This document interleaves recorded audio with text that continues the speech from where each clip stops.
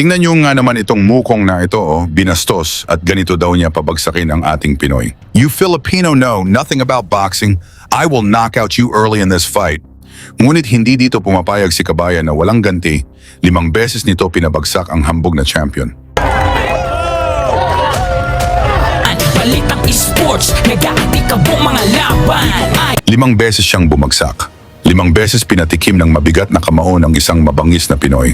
At sa ikatlong round, hindi na siya pinayagang ipagpatuloy pa ang laban. Panoorin natin ito, mga idol, dahil maaaring nasaksihan natin ang pag-usbong ng susunod na halimaw sa Philippine boxing. Sa loob ng maraming taon, pinatunayan ng mga Pinoy boxer na hindi sila dapat minamaliit. Dahil kapag Pilipino ang nasa kabilang sulok, laging may panganib. Laging may posibilidad ng isang malaking upset.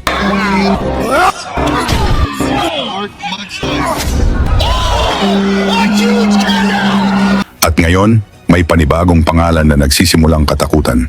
Mula sa Antipolo, Rizal, si Gino Rodrigo, ang mandirigmang tinaguriang Wild Beast, may 13 panalo. 10 rito ay tinapos niya sa knockout at pagpasok niya sa laban na ito, may dala siyang 7 sunod na knockout victories. Hindi siya isang boksingerong naghihintay lamang ng puntos.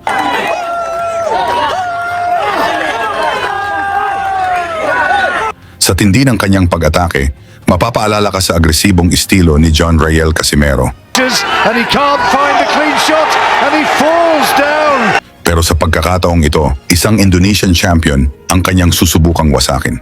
Ang pangalan ng kalaban, Alvius Maufani, isang veteranong mandirigma na nakaranas ng lumaban sa Japan, China at Vietnam. Subok ang tibay, hindi takot makipagsabayan at dumating sa laban na punong-puno ng kumpiyansa.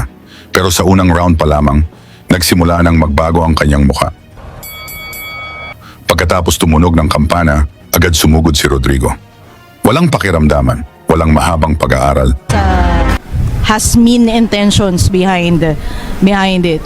The third man in the ring is Mabilis na kombinasyon ang kanyang pinakawalan. Pagkatapos, isang malinis na left hook ang tumama at bumagsak si Maufani. Nakabangon ang Indonesian pero halata sa kanyang mga mata. Hindi niya inaasahan ang lakas ng Pinoy. this is a 10-round affair, partner. Oh! That little left by Gino Rodrigo. A left for a moment there. He was stunned, but then again, it was late reaction. It always happens, you know, that punch that hits right at the temple. Here, in the first minute of round 1. I told you, do not blink. Sinubukan niyang makabawi. Ngunit bago pa niya makuha ang tamang distansya, muling sumabog ang mga kamao ni Rodrigo. Isa pang malakas na suntok at bumagsak na naman si Maufani. 2 knockdown, unang round pa lamang. If I'm not mistaken, given by Gino Rodrigo. What I like about another Gino Rodrigo absorbed the punch and then he unleashed that shot straight again at the temple. Ay muling bumagsak ang kalaban mula sa right hook ni Gino Rodrigo na tumama sa tempo. Pagsapit ng second round, sinubukan ng Indonesian na lumapit at makipagsabayan. Pero sa bawat hakbang niya, may nakahandang sagot ang Pinoy. Partner, boxing is so unpredictable. If you want to finish the bout, you finish it on your own terms, partner. Yes, there you go, Gino Rodrigo. I like how he's leading with that jab, hook, jab, trying to create an angle, trying to open up. Kasi Yes. si Maufani is very closely guarded. Ano? He has that high guard. Gino has to open it up. So he's creating some feints, creating an opportunity basically just to open up Maufani. Otherwise, hindi rin siya tatama eh. Nice stiff jab by Gino. Double upper by Gino, a counter left by Maufani. He was connected. Maufani did connect with that counter right, partner, like it said.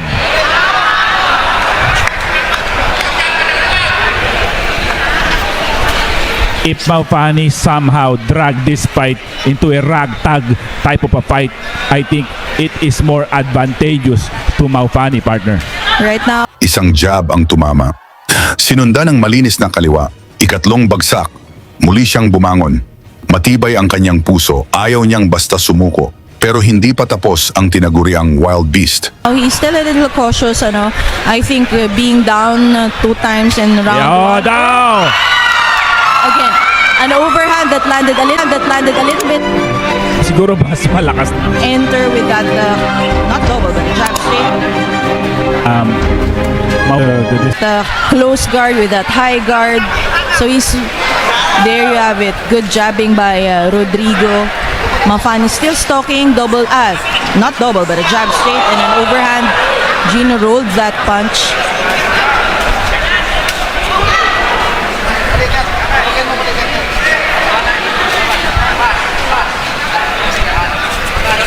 I think Gino Rodrigo is trying to make Maufani commit mistake and probably hit him with a good counter punch. I think what he History ng mga tape.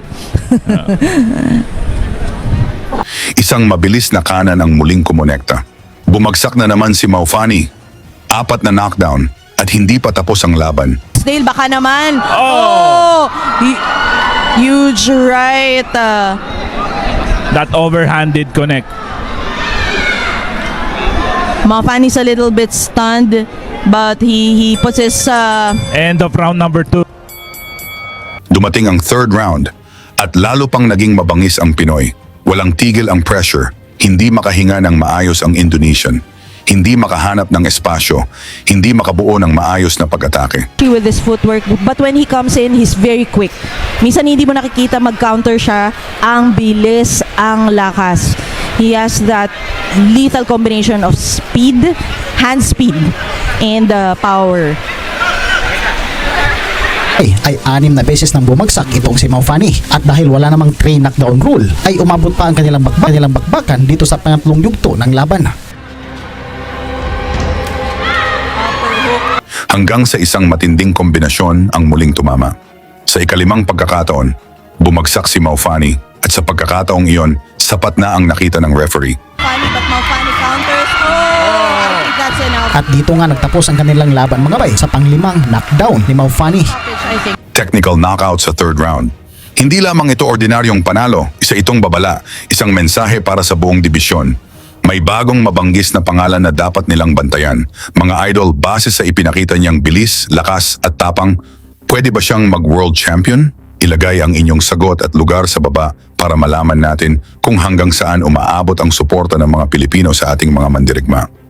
Lagi niyong sundan, huwag magpapahuli. Pag-usapan ni bakbakan, balita niya at laban. Mga Pinoy na di nagpapagapi. Salamat sa mga suporta na lagi nandyan.